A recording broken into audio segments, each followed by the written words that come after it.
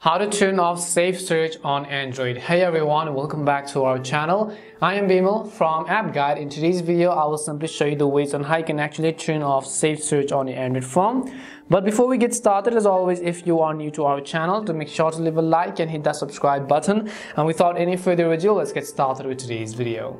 So first things first, if you want to turn off Safe Search, which basically means to actually hide explicit results, if you want to turn it off and you want to enable the full limitations to your searches, then there is a couple of things which we can do. In this case, I'll be showing you on the default Google browser, which is the default browser on most of the Android phones, especially on Google Pixels.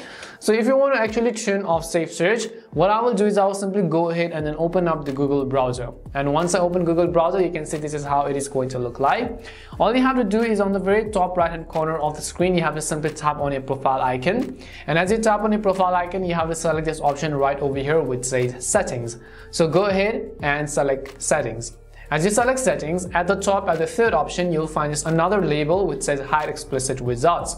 All you have to do is tap on Hide Explicit Results, and if you want to actually turn off, right over here you want to make sure that this is actually turned off. In my case, it's already turned off. So if you had Safe Search turned on, you could basically turn this toggle on. But if you want to turn off Safe Search, then you have to simply actually turn this toggle off right over here. And you can see when Safe Search is off, you'll see the most relevant results for your search, which may include explicit content like images of violence and so on. And this is it. This is how you can turn off Safe Search on Android. We hope the video was really helpful. If it did help you, make sure to leave a like and subscribe to the channel. If you have any more questions, queries or doubts, simply also make sure to leave them down below. Thank you very much for watching till the end of this tutorial, and see you soon in our next video.